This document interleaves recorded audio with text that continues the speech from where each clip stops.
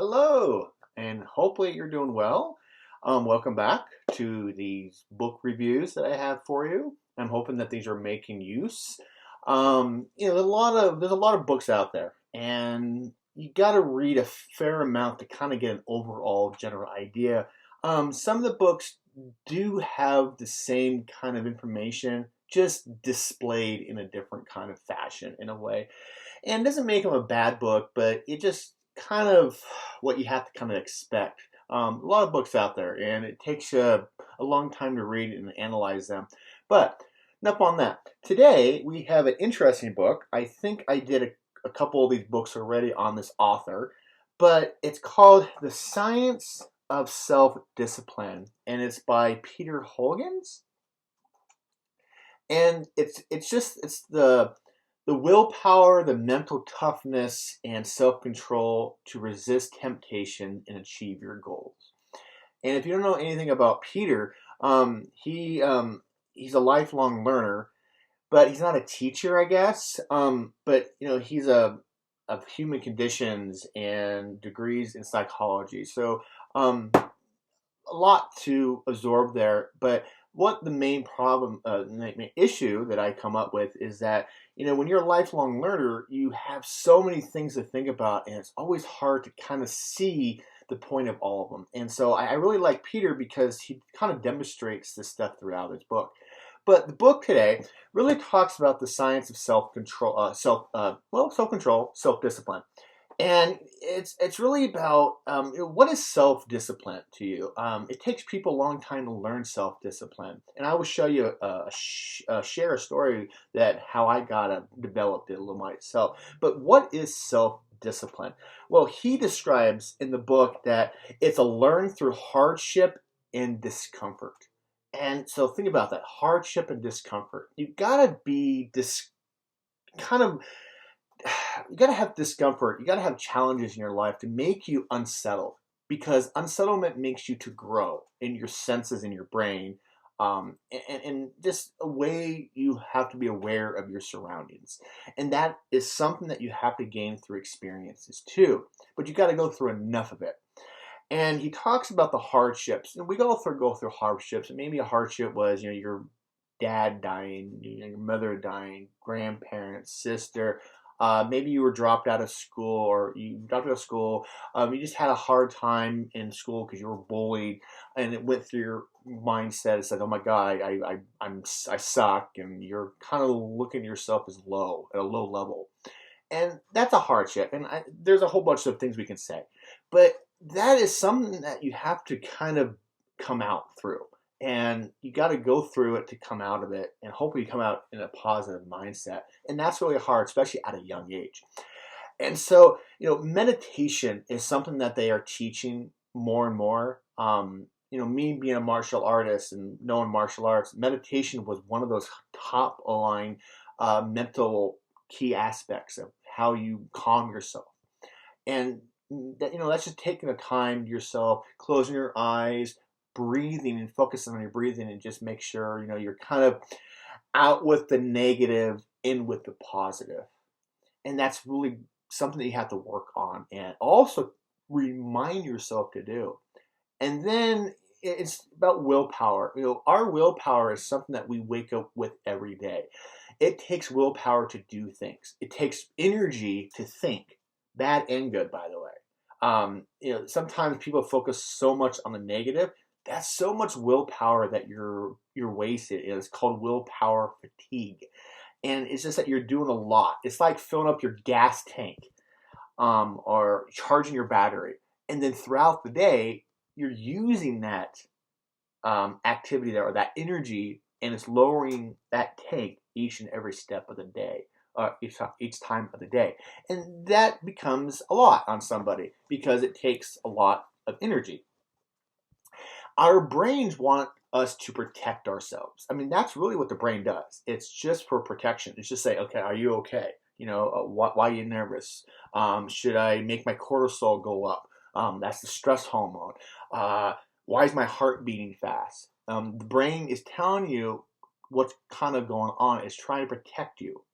It's not really for intelligence. It's just to protect you away from danger. And that's also hard to kind of calm yourself down because we got to teach ourselves about awareness. And awareness kind of lowers your discipline to keep you stronger.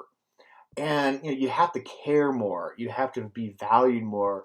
And actually, there's been studies that says that if you work in a company and if your boss really cares for you and puts time into you to get to know you, that's actually more rewarding than money and promotions. Why? Because they're coming down to your level, kind of seeing who you are and what you have to kind of put back into. A lot of it's just about autonomy. Autonomy is kind of like you have to call it your own. It's your own ideas, your own will to do more, and that comes with mastery. Mastery is really hard to distinguish sometimes because it's different. But I think mastery is, it's kind of like this innate urge to get better at things. We want to make ourselves better every single day, even though we don't always say that. We want to show that. And then you have to have this kind of like this purpose. Why are you feeling this way? What's your feeling on the world? What's your impact of what you're getting out? And that's really a lot. And it's kind of going between that intrinsic and extrinsic motivation. Intrinsic is kind of like your thoughts and your feelings. Your extrinsic motivation is kind of what you're showing to the world. And that's really hard to kind of get motivation because motivation is really hard to do. It's really hard to get. It's really hard to do. What I mean by that, procrastination is a devil's thing there. And people that procrastinate a lot, they think about their lives in the long run. They think that, why didn't I get what I want to accomplish done? Well, I procrastinated. And how did you do that? I guess I just thought about it and I didn't want to do it at the time. So I put it off. And they didn't really set a deadline. They kind of didn't say, hey, I want to do this task on this day. If I don't get it done, I need to spend a little bit more time until I get it done. But procrastination always wants us to kind of put it off. And I think procrastination has to be learned. I don't think you're not born with procrastination. And you got to feel uncomfortable at times too. And that's really what a lot of self-discipline is all about, is that you got to put yourself into a challenge to feel uncomfortable in that situation until you have some control. And you're always practicing this. You're practicing becoming aware. And this is kind of what he points out in the book, is that we seek pleasure and try to avoid pain. And he kind of puts in the mind, the mind can be your friend or it can be your enemy. And you can poison your own thoughts. And I think that what we do is that when we procrastinate, we kind of say, well, I can do it later. It's not due yet. I'm going to do it later. And then the stress hormones come out when the day has to be done. And that's really where the fear comes in. And people live on that too. I mean, there is people that love living things at the last minute because the stress is actually good for them. It gets them going. And so there's good stress and there's bad stress. But too much stress, it really affects your personality and who you are. But it's also that self-fulfilling prophecy. And you kind of anticipate the outcome that something produces, and then you kind of on your own accord. So we kind of do this. We kind of expect things that to happen. Oh, I'm just gonna get an F on it. Who cares? Well, that's your self-fulfilling prophecy telling you that you're gonna get an F on it. Then that you're believing that, and that really comes with the mindset that you're kind of developing through your brain at the time, and you kind of have this false hope syndrome. And this false hope syndrome, he kind of says in the book, is that it's a pitfall to self-discipline, is that we are altering our behavioral patterns. And we're telling us that, oh, it's going to be fine. Oh, it's going to be great. And you set these high expectations for yourselves, but you don't know how to reach them. And you're giving yourself this falseness of saying, what, I can do it, but I'm not really gonna do it. And it's really hard. It's like quitting smoking.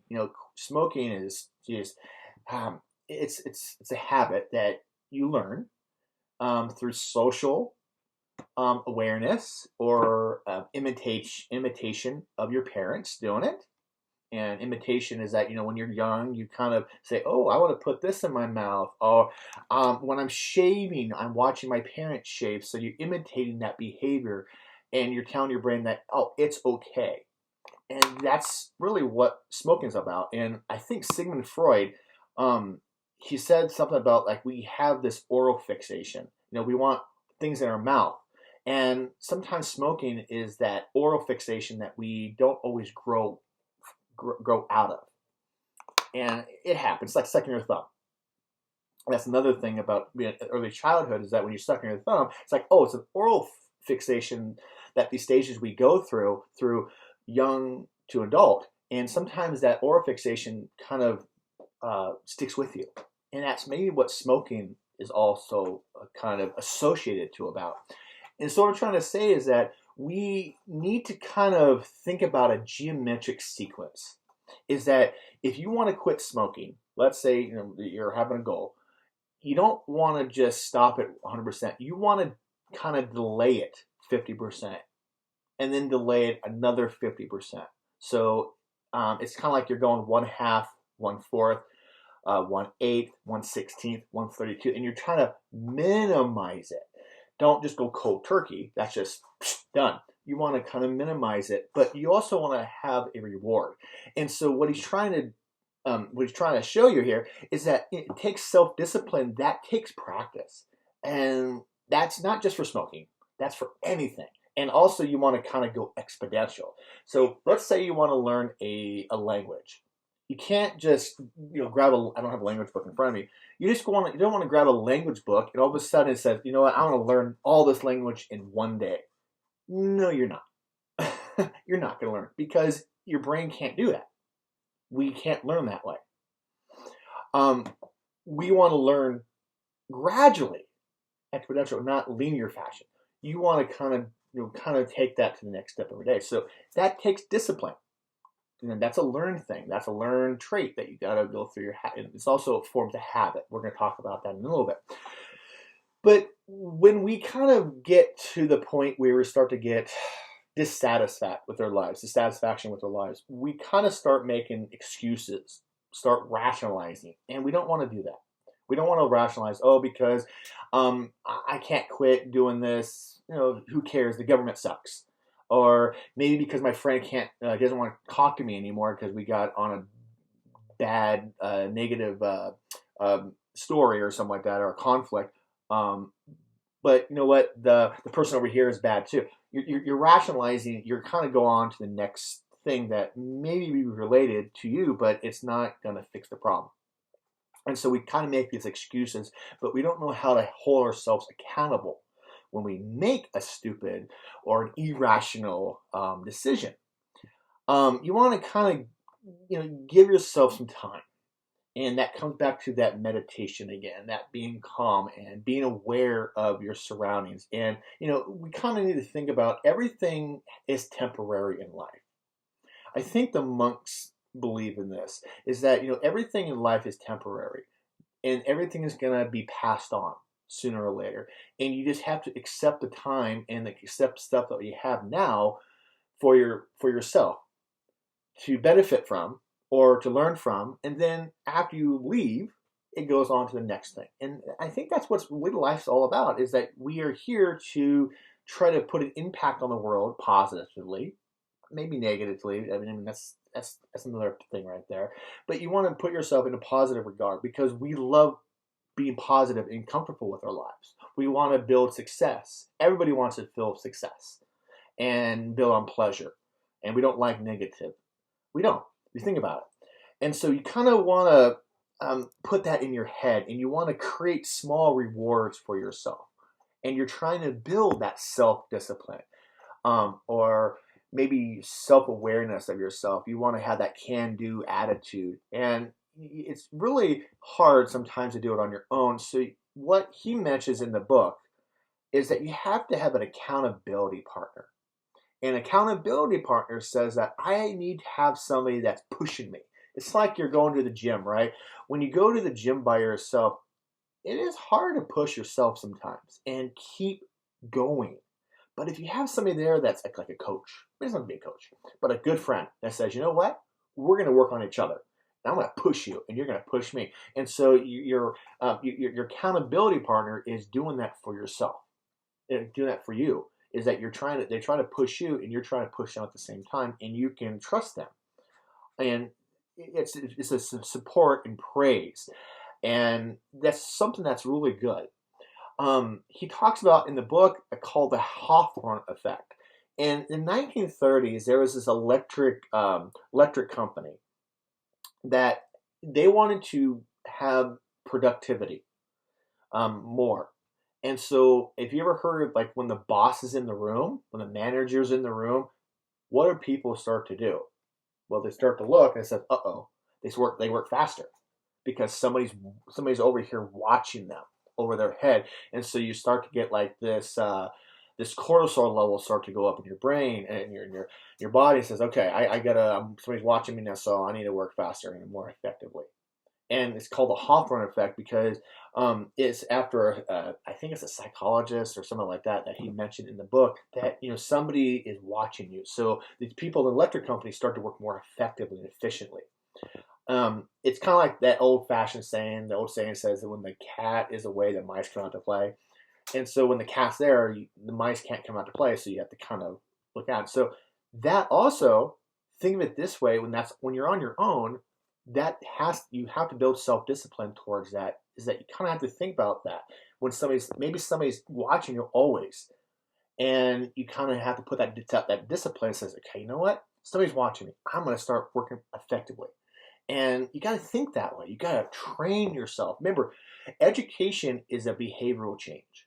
You have to think creatively in this. You got to build that sense in your brain. And it's always hard. And you have to think in the long term. We always don't do that. We don't think in the long term. We always think in the short term because it's easier that way to maybe see results, but not necessarily. You save. He mentions in the book, it's called the 10-10-10 rule. And what happens is that it trains your brain to kind of think about, okay, 10 minutes, 10 hours, 10 years. You're kind of telling yourself, okay, I need to kind of see the long term. I need to build that up. And it's always hard to kind of see in the long run because you don't know. And let's say you can save a lot of money, and then all of a sudden, one day that piggy bank can be broken and then you spend money. Well, yeah, you're saving for tomorrow. And that's sometimes always hard because you don't know what's going to happen. And so you kind of have to focus on what you can control and what effort and performance you put into it and techniques and skills that you bring to the table. But it's also about how you're thinking and your emotions. You can always play on your skill set. And you can become self-sabotaged. That means you can have all this great stuff, and then all of a sudden you can think bad. It's really easy to think negatively and not always easy to think positively. And I don't know why that is. Because I think our brain is conditioned to think about survival. Okay, I'm in this environment. Somebody's going to hurt me. And so you're kind of aware. But we don't walk into an environment and we don't think happy. It's not. I mean, if you go to Disneyland, it's like, oh, great, Disneyland, but it's not.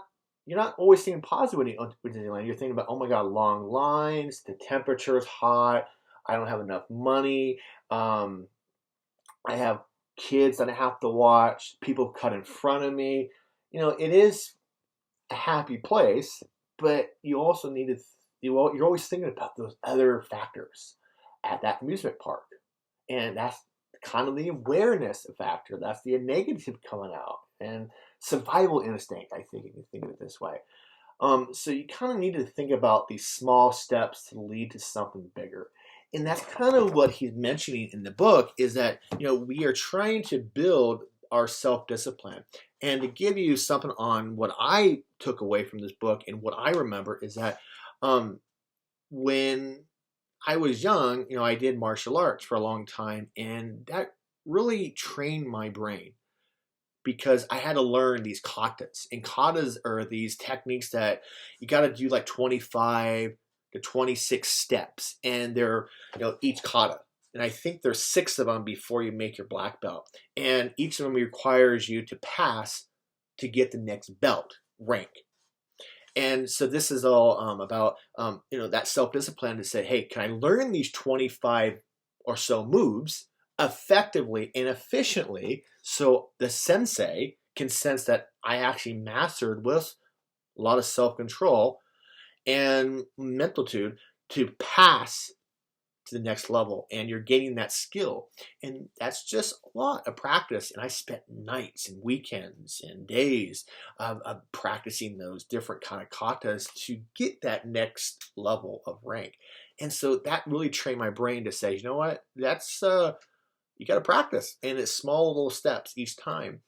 And it's hard. And when another example of my life is that when I trained myself to play golf. I took a couple of golf classes at a JC, and I liked it. I went to, if you ever heard of little miniature golf, I did miniature golf for a long time. I really enjoyed that. That also trained your brain is that in your body is that, you're not meant to play golf. Seriously, if you think about it, not everybody is good at golf the first time. But now professionals are not always that good either sometimes, because you always have to train yourself to do those movements. And golfing, we're not made to play golf. And we got to recondition ourselves to do that mentally and physically. And it takes a lot of self-discipline to make sure that we can do this effectively and efficiently. And so it's those certain steps that you got to build in order to get to the top of the pyramid. And it's not always easy. And it takes sacrifices of, short nights, long duration of days, weekends, sacrifice from friends and family, birthdays sometimes, and travel to get to that certain skill level that you want. And that's not always easy for everybody. And it's going to stress you out, but there's good stress and bad stress. Remember that, not too much stress. And that's kind of what self-discipline is really about. It's just getting yourself conditioned in order to do stuff that effectively fits to your desires and what you want. And also makes you a good person. When I say a good person, it just makes you so more aware. And people like that when you're calm and considerate, and also that you don't jump to the mark fast. You're thinking about the actions and the people around you, and also you're giving other people small praises along the way. So hopefully you enjoyed that book, enjoyed this review. I think this is awesome. I don't know how much I got this from. I think it's like $5 or $7 from probably Amazon. And so very awesome book, and there's more to come. So hope you enjoy. Thank you.